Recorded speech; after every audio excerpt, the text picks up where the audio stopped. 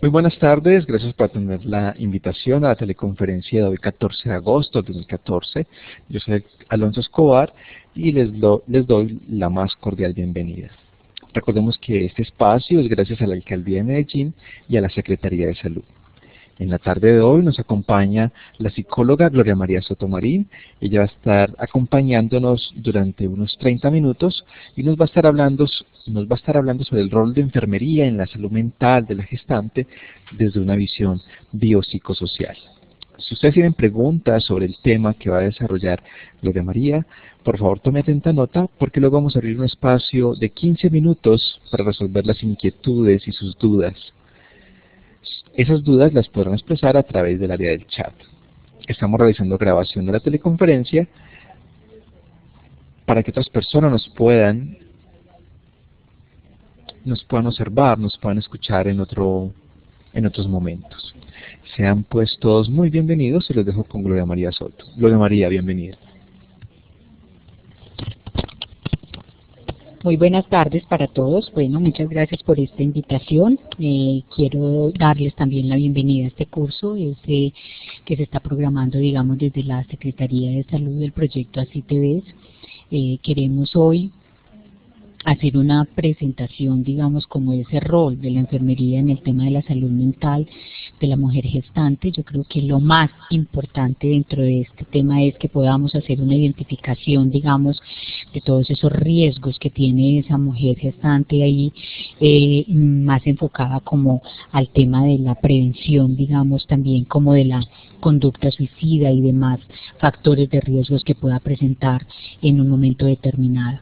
Yo quiero contarles más o menos cómo distribuí o cómo organicé pues más o menos la conferencia. Vamos a hacer algunas, digamos, apreciaciones y algunas generalidades al principio y quiero contarles cómo lo voy a encajar como en el tema de cuál es ese rol de enfermería. Obviamente la salud mental hace parte de todo el tema de la salud. O sea, no tener en cuenta solo la salud física, sino que también hay una salud mental ahí que se está viendo afectada, que se ve además vulnerada por algunos factores. Y después les voy a presentar como un trabajo que venimos realizando desde hace algún tiempo en la ciudad sobre los factores de riesgo y sobre factores protectores, y algunas diapositivas también nos mostrarán como el esquema que tiene la Organización Mundial de la Salud, pero también todo el esquema que tiene, digamos, algunas organizaciones y datos también generales de salud mental que me parece importante que ustedes puedan conocer en un momento determinado. Contándoles ya el enfoque de cómo lo vamos a hacer, entonces damos paso a la presentación. Lo primero que quiero contarles es el objetivo, digamos, de la capacitación. Entonces, lo primero es contribuir al fortalecimiento de las competencias del personal de enfermería de la ciudad de Medellín o de las personas que nos estén escuchando y, en consecuencia, a la mejora de la calidad del cuidado. Ustedes son, la mayoría de los procesos en la enfermería son esas personas cuidadoras de esa salud física, y ahorita nos vamos a dedicar también a ser cuidadores de esa salud mental, identificando todos esos otros procesos de riesgo que se puedan presentar. Obviamente brindar a la mujer durante su gestación, que son, digamos, tienen dos posiciones, digámoslo de alguna manera. Una puede ser un factor protector cuando su embarazo es deseado, pero otra también es un factor de riesgo cuando su embarazo no es deseado, y lo vamos a ver en el desarrollo de la conferencia cómo esto se puede presentar, porque entonces por un lado factor protector, pero por el otro lado un factor de riesgo. Por eso quiero contarles los factores y digamos los criterios de diagnóstico que se tienen y los riesgos que existen, tanto clínicos como mentales, etcétera, etcétera, que los vamos a ir desarrollando para que ustedes puedan percibir cómo encajar una cosa con la otra.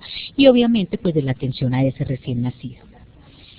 El Consejo Internacional de Enfermeras tiene como responsabilidades estos 4 campos. Uno, proveer la salud. Ustedes ya hablábamos inicialmente que eran las cuidadoras o los cuidadores de ese proceso.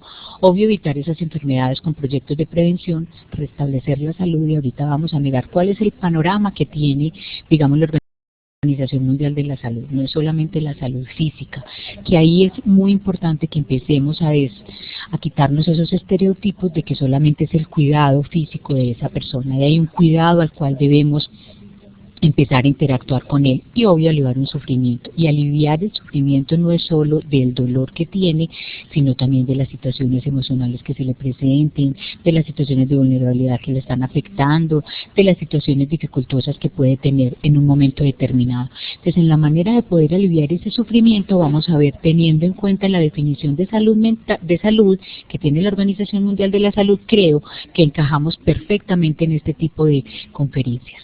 ¿Qué abarca? Digamos que abarca todo ese cuidado y los cuidados de la enfermería. Abarcan diversas atenciones que el enfermero o la enfermera debe dedicar a su paciente.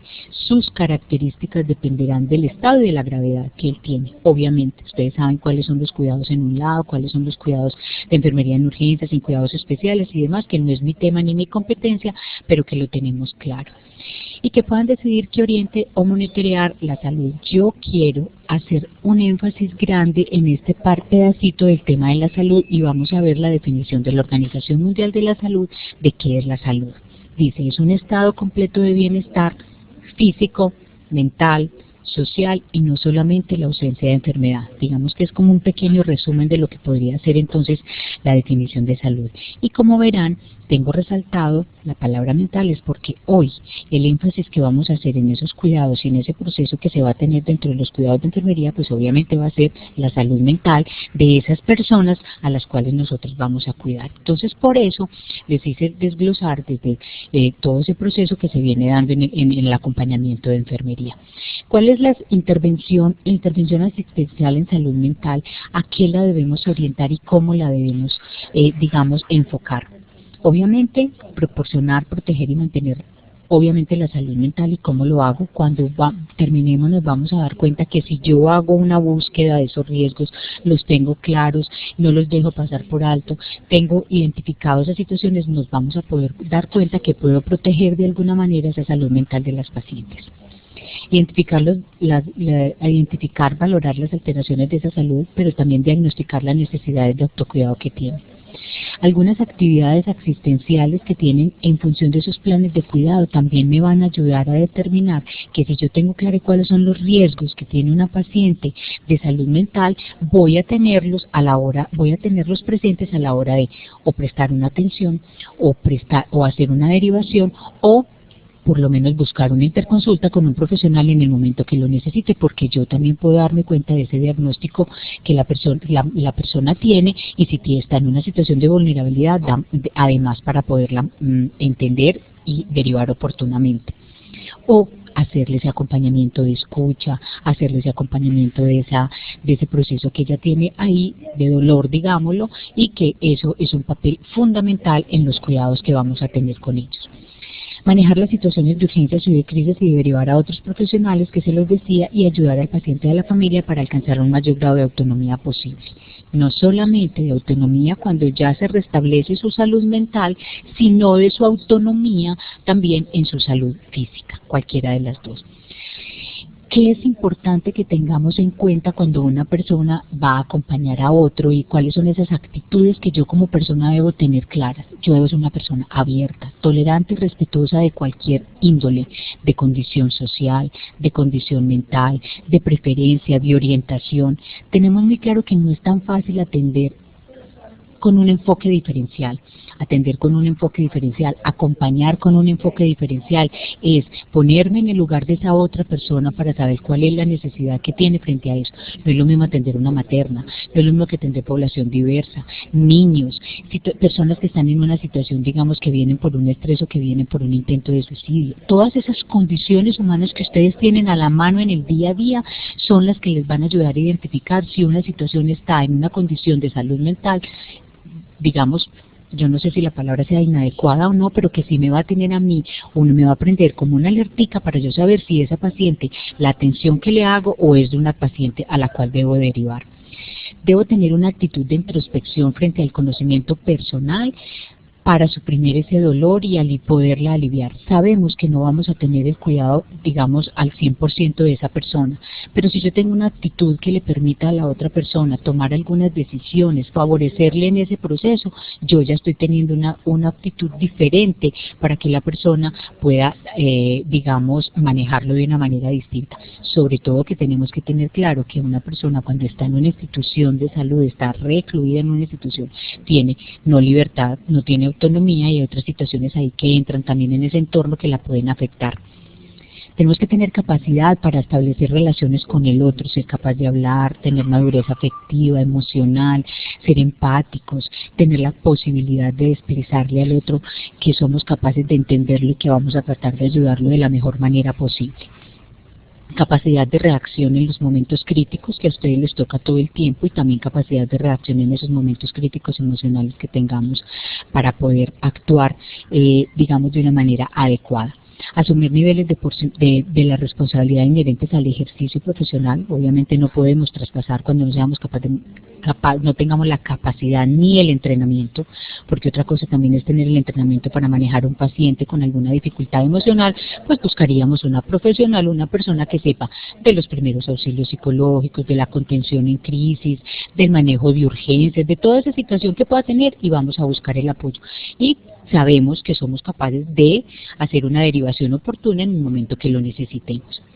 ¿Cómo encajar todo esto que yo les vengo diciendo entonces con el rol de esa enfermería en el cuidado de la salud materno-perinatal, que es realmente como lo que estamos haciendo? Primero, tener en cuenta que esa valoración que estamos haciendo de ese binomio madre-hijo nos va a permitir dos cosas: valorar la atención que le demos biopsicosocial y también a su familia, porque recordemos que los pacientes no están solos, generalmente tienen una persona al cuidado, a alguien que los está acompañando, no le tenemos que dar una explicación solo al paciente, sino también a su familia, y eso aquí nos va a llevar, cuando yo tengo todo ese panorama abierto, tengo la posibilidad de que voy a identificar algunos factores de riesgos que influyen en ese binomio madre-hijo, y que vamos a mirar en la conducta suicida cuáles pueden ser. A eso quiero entrar cuando ya les muestro que todo este panorama, cómo lo voy a articular entonces con esos cuidados, digamos, mentales que queremos hacer de la madre.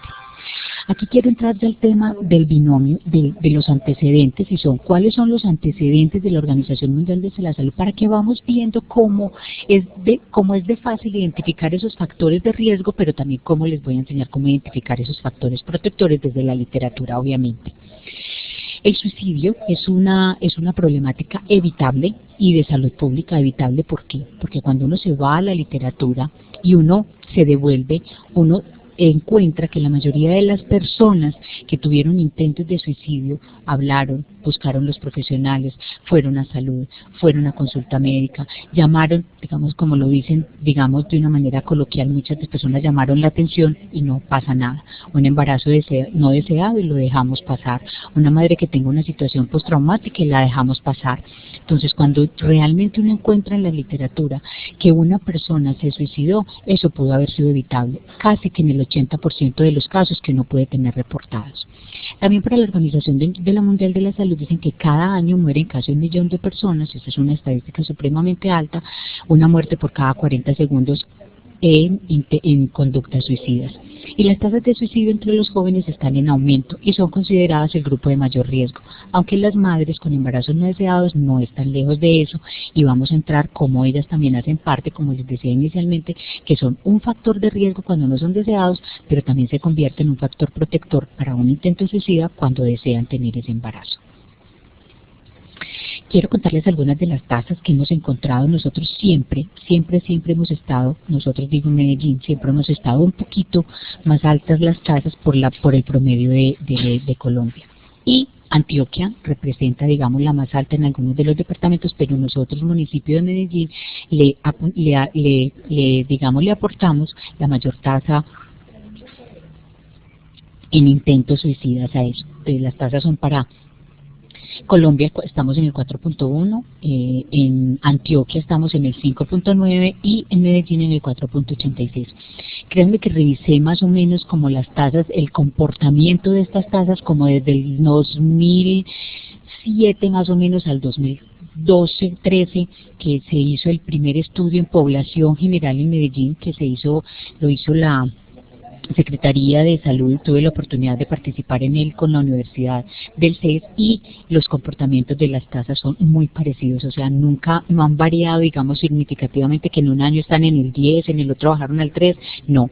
El comportamiento, nosotros Medellín ha estado entre el 4.86, que ha sido como uno de los medios, ha subido al 0.91 y ha bajado al 4.70 y pico, más o menos, pues como en lo que recuerdo en este momento, pero se los quiero contar como antecedentes que me parecen importantes.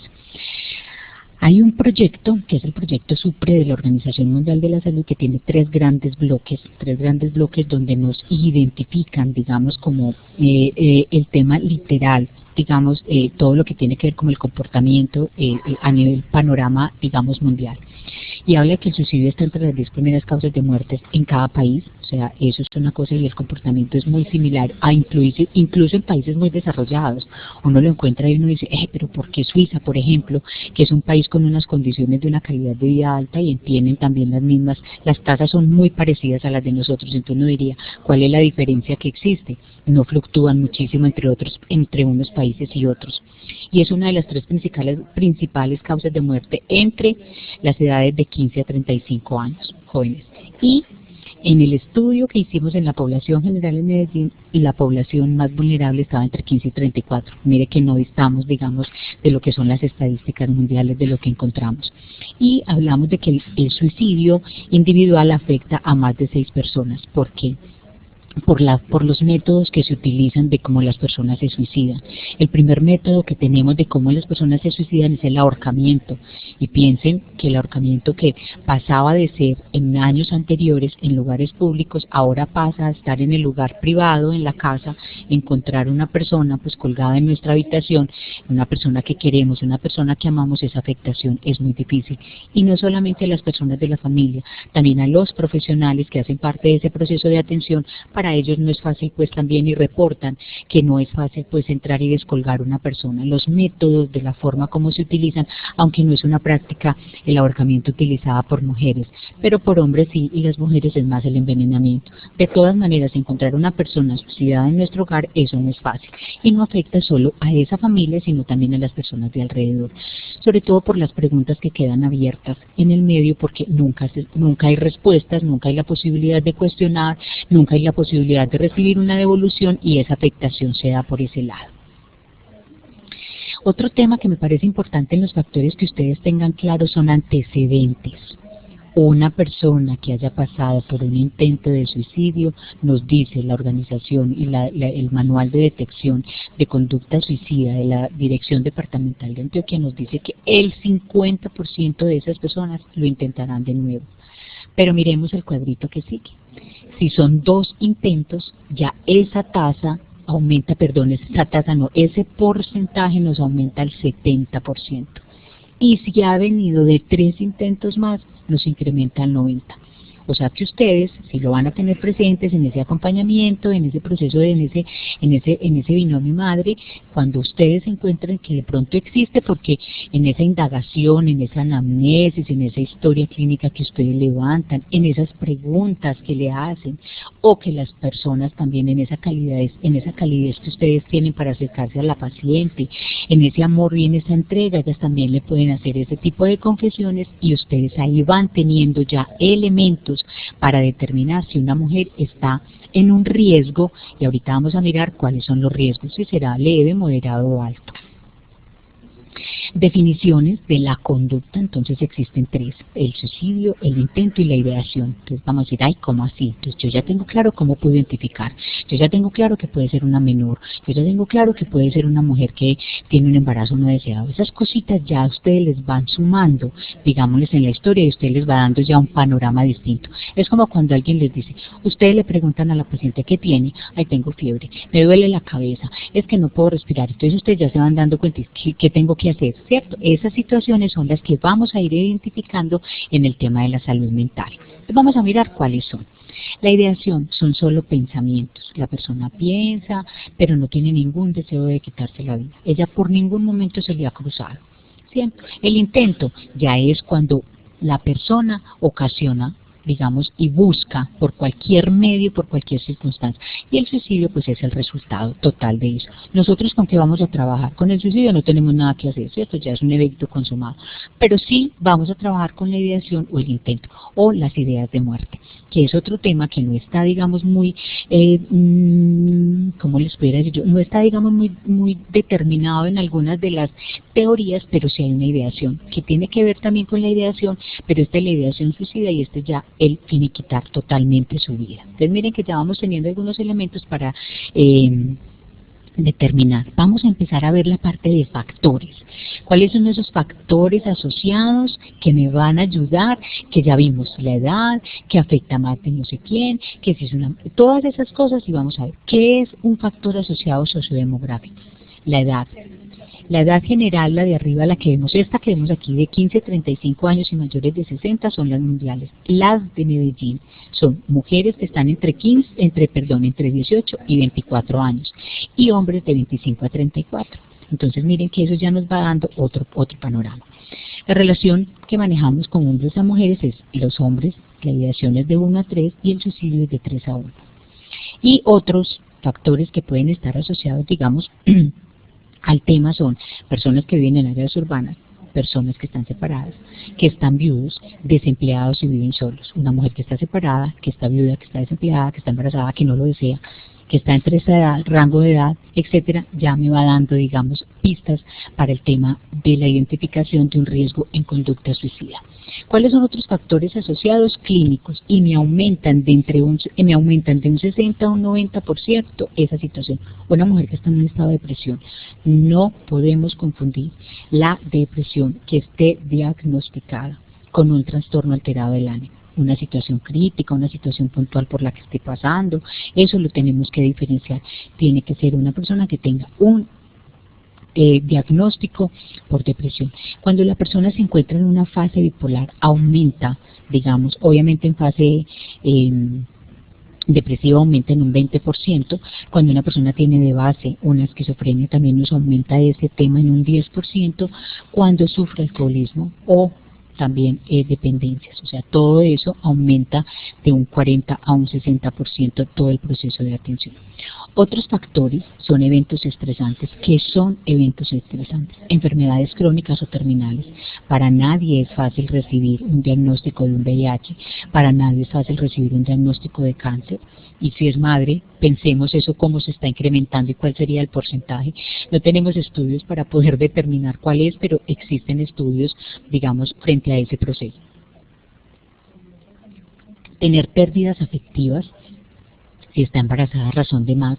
Tener problemas laborales o legales, tener problemas con la justicia también es otro factor asociado estresante, o pérdidas financieras y dificultades económicas. A veces pensamos que es que en la no provisión de esas situaciones, digamos, económicas no son tan duras, pero para ciertas personas es difícil. Recordemos, por ejemplo, lo que se acaba de vivir con las torres de Space, pues eso es una situación donde la gente pasar de cero, de pasar a no tener nada, eso es un evento supremamente traumático.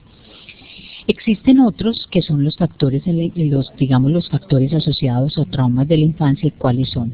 Entonces pensemos, si una madre, con todos los anteriores factores que ya les mostré, y aparte de eso también ha tenido un abuso sexual, también, eso también es un factor que nos ayuda y que es un factor de riesgo. El abuso sexual, el abuso físico, abuso de sustancias, padres separados en algunas de las circunstancias de acuerdo al manejo que se da, y miembros de la familia recluidos. También es otro factor de riesgo que nos van ayudando en la identificación de esos casos de conducta suicida. Entonces, ¿cómo vamos a tener claro todos esos factores asociados? Entonces, historia familiar, miramos que también ya es otra situación que nos va subiendo como el nivel de cuidado que podamos tener. Una historia familiar de suicidio, una historia familiar de trastornos mentales. Entonces yo digo, ya, son dos que se me suman, como una listica que yo voy identificando. Y una historia, digamos, de hospitalizaciones psiquiátricas, lo que les dije, recordemos que el intento, cuando son 2 o cuando son 3, eso ya me va subiendo también la escala de situación de riesgo que la mujer esté viviendo. Y se acuerdan que al principio les dije que tener hijos o estar embarazada, desear un embarazo o no desearlo, se podía convertir en un factor de riesgo, pero también en un factor protector. Entonces, factores asociados factores que son descripción de factores asociados que se convierten en un factor protector son hijos menores, y yo le pongo el subtítulo de deseados, porque los hijos no deseados ya sabemos en qué paran. Y tener alguna afiliación religiosa, eso ayuda que de alguna manera se tenga una protección. Y el otro, embarazo deseado, es un factor protector cuando se desea. Por eso, ojo con la edad, ojo con el embarazo no deseado, ojo con esos factores estresantes, ojo con esos factores familiares, ojo con los factores clínicos que son los que me van a llevar a identificar ese riesgo que puedo tener. Y la red de apoyo social, cuando se cuenta con una familia, no necesariamente familia, hay personas que conviven juntas, que viven bajo el mismo techo, son amigas, son familias extensas y se convierten en redes protectoras para esas mujeres que las ayudarán en sus cuidados emocionales también. Entonces, ¿cómo identificar pacientes de altísimo riesgo? Cuando tenemos factores asociados, que ya vimos cuáles son todos esos factores asociados. Cuando hay un evento estresante y hay antecedentes psiquiátricos, semáforo en rojo. Perdón la expresión, pero ya inmediatamente sabemos que hay una situación riesgosa a la cual nosotros le tenemos que prestar toda la atención suficiente y necesaria para saber dónde vamos a derivar. Ahorita vamos a mirar cómo identificamos ese riesgo, cómo se hace la intervención y la derivación que vamos a hacer.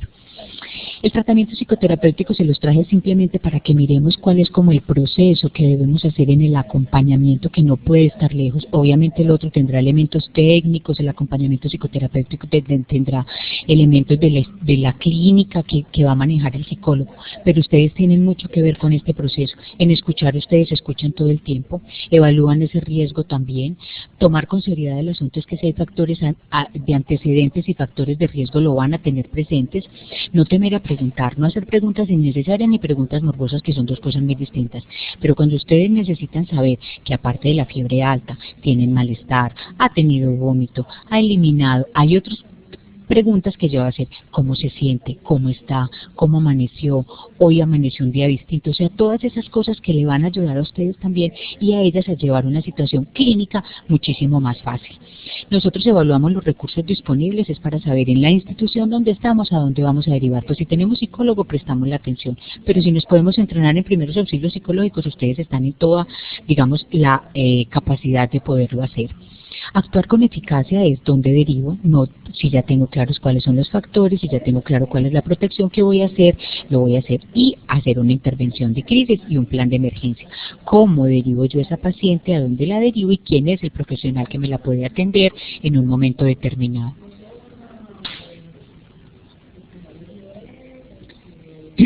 Entonces, cuando yo ya hago esa evaluación, miren que esto es como una escalita que se va subiendo con la historia completa, con esos antecedentes, con todo eso, que ese es el proceso que se va a iniciar de esa conducta.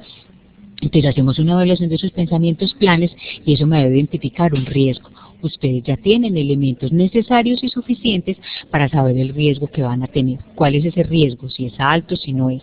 Si es un riesgo bajo, no presenta deseos de muerte o ideas, ni tiene planes. ¿Cuál es un riesgo alto? Que yo ya tengo claro cuál es el riesgo alto, obviamente con todos esos factores de riesgos anteriores que vimos, es que a pesar de todo eso también tiene ideas de muerte suicida y además tiene un plan estructurado y los medios para alcanzar y concretar lo que se está viviendo. Eso es una cosa completamente clara. Y el paciente indeterminado, la mujer indeterminada, o la paciente indeterminada, o el hombre indeterminado, que no sabemos qué es un paciente ambiguo o ambivalente, dejamos en observación y luego se reevalúa. Obviamente esto lo hará el profesional entrenado, o el médico, o el profesional, pero se los quería contar a ustedes para que lo tuviéramos presente. La intervención, vamos a ver cuál es la intervención que vamos a hacer. Uno, vamos a hacer esa valoración de ese riesgo. ¿Cuál es el riesgo que esa paciente tiene? ¿Cómo son a dónde llego yo? ¿Cómo los identifico? ¿Para qué? Para saber ese proceso de intervención, que no es solamente en enfermería, que también en el segundo paso que tenemos aquí, no es solamente el médico, que es también la enfermera, que es la familia, que es el psicólogo. Todo ese proceso de intervención que vamos a hacer con todos es el que me va a ayudar a mí. Cuando nosotros como enfermeras, supongamos que este muñequito que les estoy mostrando sea la enfermera, no tiene la posibilidad ni el conocimiento porque no ve a la conferencia, no sabe que son factores de riesgo, no sabe que son factores protectores, no sabe que son de ninguno de esos. Entonces simplemente lo que hago es una derivación. Hago una derivación oportuna de este paciente. ¿A dónde? ya ustedes determinarán. Ustedes ya tienen elementos claros y suficientes a dónde vamos a remitir ese paciente, o esa mujer, o ese niño. Donde a veces nos toca hacer medidas de protección de menores también. Ustedes saben que la responsabilidad de los menores de edad es de todos los profesionales que nos enteremos de un caso. Entonces también ahí tenemos que tener una responsabilidad frente a ese proceso de ese menor. Entonces dejemos claro esta intervención integral. El riesgo, este muñequito yo creo que está en riesgo de caerse de ahí, entonces es ese riesgo. Ese riesgo no es eso. El riesgo son esos factores que yo ya les mostré, el proceso de intervención y la derivación oportuna, que me parece que esta diapositiva nos da la posibilidad de la intervención integral. Yo termino con esto, espero que les haya servido la información, les va a quedar en la plataforma también colgada para que ustedes la oigan, la repitan y puedan tener los elementos pues necesarios y suficientes a la hora de prestar un servicio y una asesoría, digamos, a una paciente que lo necesite. Si tienen alguna duda, tienen alguna pregunta, con mucho gusto pues trataré de resolverla en la medida de mis capacidades. Muchas gracias.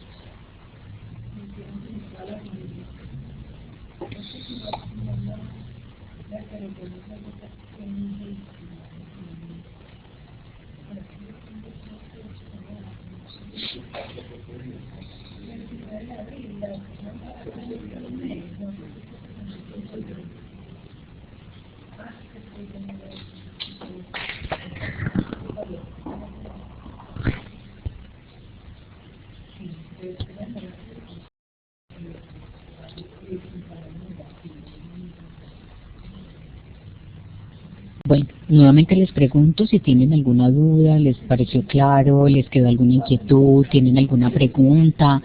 Pues si yo no me la sé, entonces no, la consultamos y se las ponemos luego en el chat. Pero si no, muchísimas gracias y pues esperamos poder darles cumplimiento pues como a esas expectativas que ustedes tienen frente al tema de los cuidados de enfermería. Muchas gracias.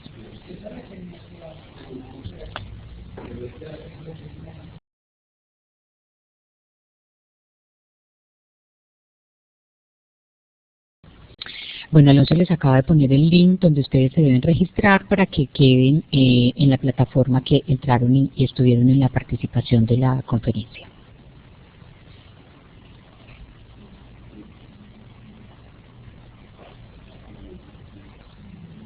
Nos preguntan que algunas personas no pudieron entrar porque estaban en urgencias, que la conferencia, que si pueden darles el link donde la pueden ver.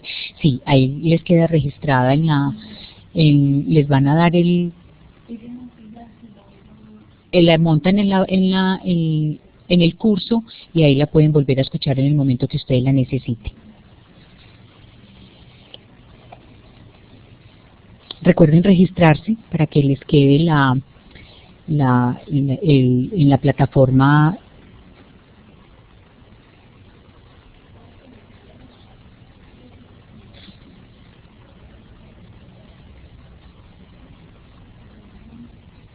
ahí les puso Alonso también ya el canal de YouTube donde pueden ver la conferencia. Muchísimas gracias.